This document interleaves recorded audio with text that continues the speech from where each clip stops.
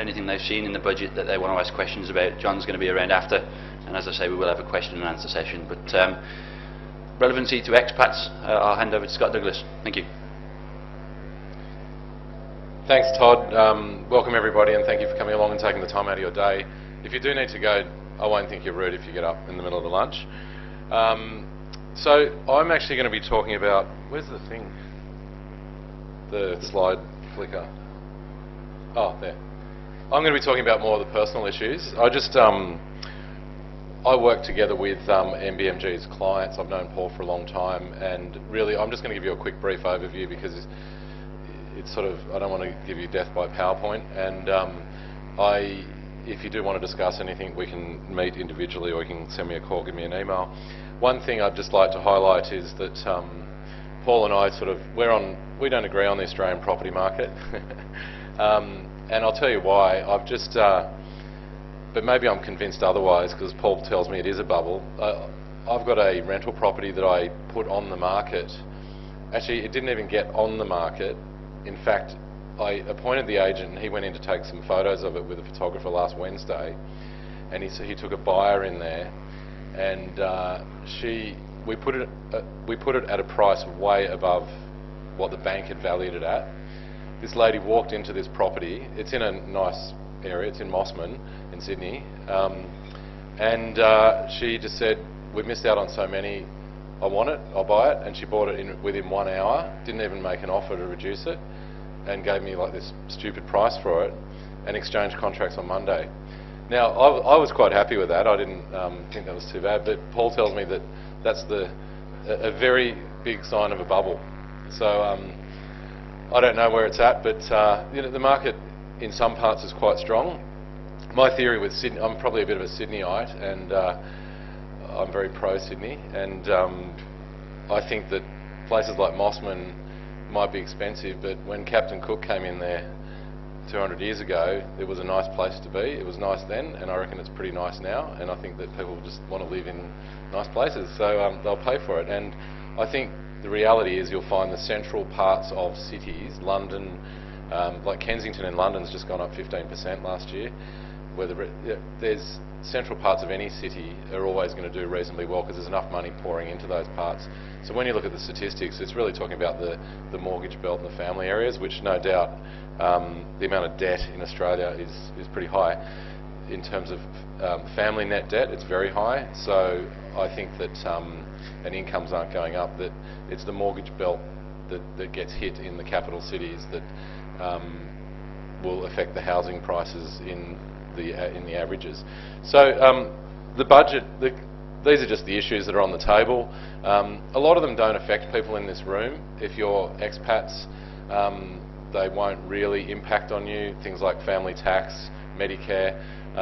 One of the interesting things that came out, and there's been a lot of talk, is that you can't claim a tax deduction for education over $2,000. And all the universities in Australia are up in arms about this. Not only are they losing funding, but people that do postgraduate MBAs and master's courses that might cost $10,000, $20,000, $30,000 can't claim a tax deduction for anything over $2,000. So the University of New South Wales said they're going to lose $75 million. Sydney University, I think it's $100 million at the moment, because all those expensive courses for postgraduate won't be tax deductible, which is absolutely ridiculous. The other one is the baby bonus is gone. I'm quite happy I got both of mine, 5,000 and 4,000 I think it was, but that's going to go. What's interesting is you've got 9 months and 1 week. So some people are busy at the moment, and they're saying that but there's been an outcry because people are going to try and have their babies early to get the bonus before the 1st of March next year. And the leading doctors are saying that that's quite dangerous to do that, to have an early caesarean. When the baby bonus was brought in, people were holding them off, and they say that it's not too bad to overcook your baby, but it's worse to bring it out early. The tax rates, this is a reminder, tax rates haven't changed. Basically, if you're a non-resident of Australia, you pay tax at 32.5% on income.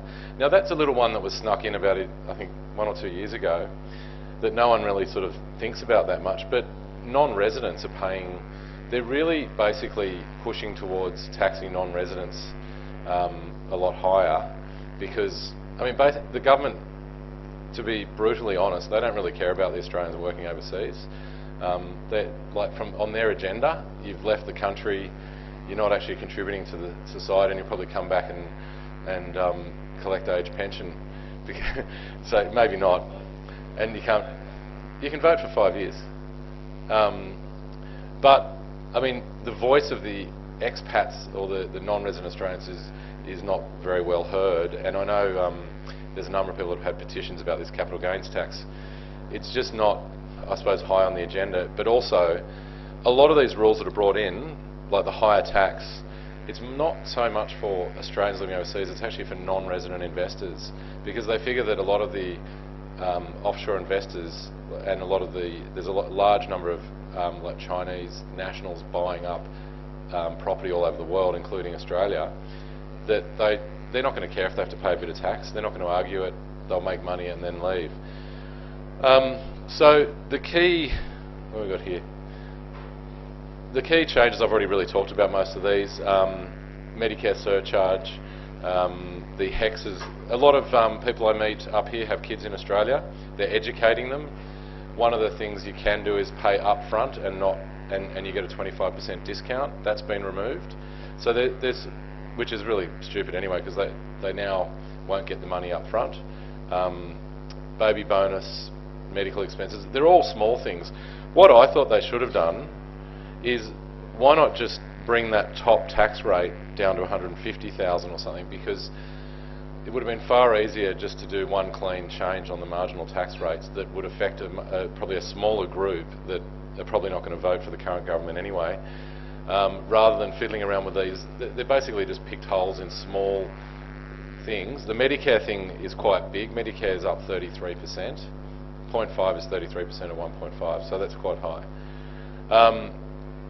The property, John's already covered this, so I won't go into detail, but if you do own a property that's over 2.5 million or an industrial or commercial property, this is once again targeted at non-resident investors in Australia. They buy land, they do large parcels of development. They're going to take 10% of the value of it out before you get your money, so that's going to be a legal requirement. But that can actually affect people who own expensive homes in Australia and they sell them while they're overseas. That's a bit of a nasty one. Investment properties, the legislation hasn't come out on that, but the 50% discount is gone. So that once again is causing Australians to hold on to properties and sell them when they get home. So that might be pushing the bubble, Paul. Superannuation, just quickly. Superannuation is still the only tax-free investment you can have in retirement other than your own residence. And it's not an investment, I should say, it's a legal structure. So these are just pathetic numbers. You can only put $30,000 in. Like, I don't know how anyone is going to retire if that's all they can put into super. I mean, they're just stupid numbers because they're trying to collect revenue that they wouldn't otherwise get. That's per year. So, you know, someone in their 50s can only put in $35,000 through their employer. You can put an additional $150 of your own money that you've already paid tax on, but you can only get a tax break for $35,000, which, you know, it's just such a small amount of money. Then 15% comes off it. So I don't know how people are expected to build retirement assets if that's all they can put in there. And the government's then going to have to fund them their pension. And now you can get your money back if you go in excess. And I had a lot of expat clients who had money going into super whilst they've been working offshore. If you go over 25,000, they tax you at about, the effective tax rate is 90. Is it 94%, John? I think you get taxed at 94%, which not much left after that. So if you earn more than 300,000, you're going to pay 30% to go into super. Except I found this little thing in the budget. There's an exemption if you're a judge. If you're a judge, and I think that's because the judges might fight it because they're under a special pension act that was formed in 1968. So if you actually manage to get it in there, if you take too much out, they're going to tax you at 15%. if you take more than 100,000. So that even if you manage to get it into the fund and build it up, then they're going to now tax you at 15%. A whole lot of other things, family tax, I won't go into that, but I mean, everyone in Australia looks for handouts. There's all these families that were sort of upset that the budget didn't give them some more benefits. I mean, the most profitable people in Australia is if you're a single mum with about 5 or 6 kids. It's very, you can make a lot of money staying at home, and the government sort of there's been handouts, and the Howard government was doing the same. They've just been increasing, but it's not worth going to work. I mean, can you imagine in Thailand if they did that? You wouldn't create the incentive to have markets down on the streets and people working so hard. But imagine here if they gave a handout every time you had another child, you got another $10,000 a year.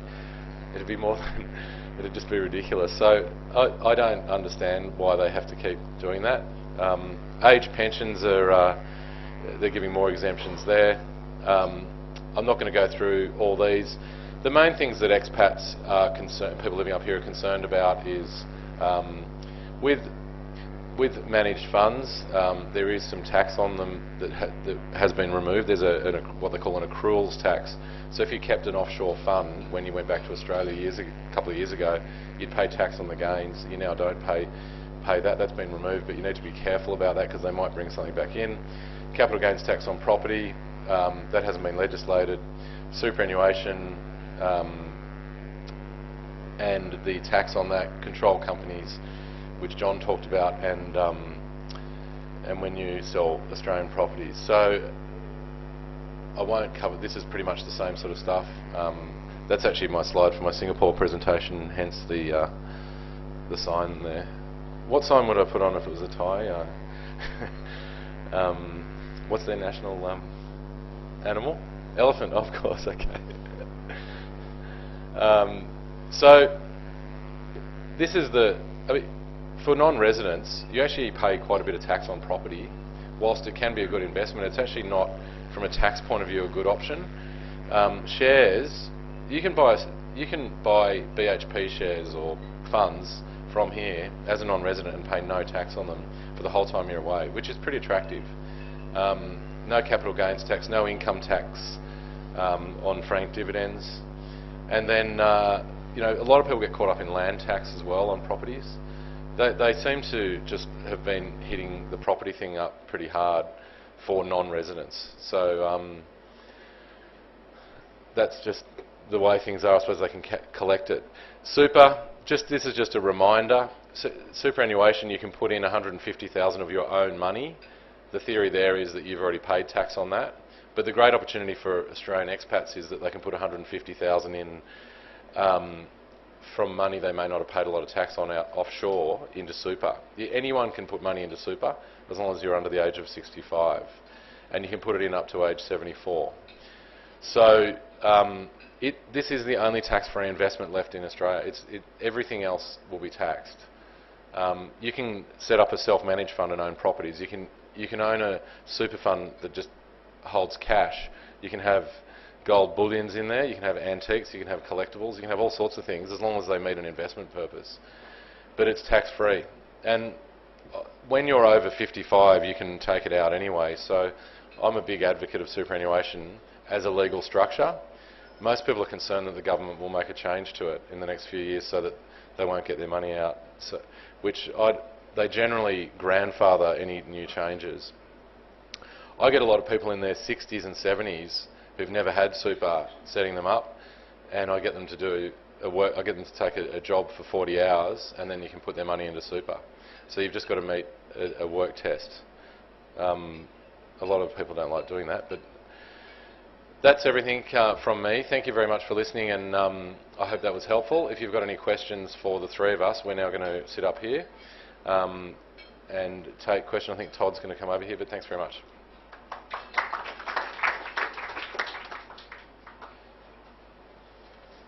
Thanks very much, Scott. If you guys want to just take a seat, and we'll see if we've got any questions.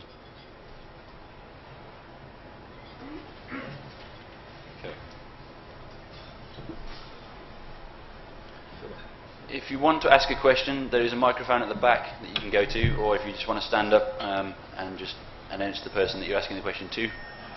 Anyone want to start? Just adding to what you said, Scott.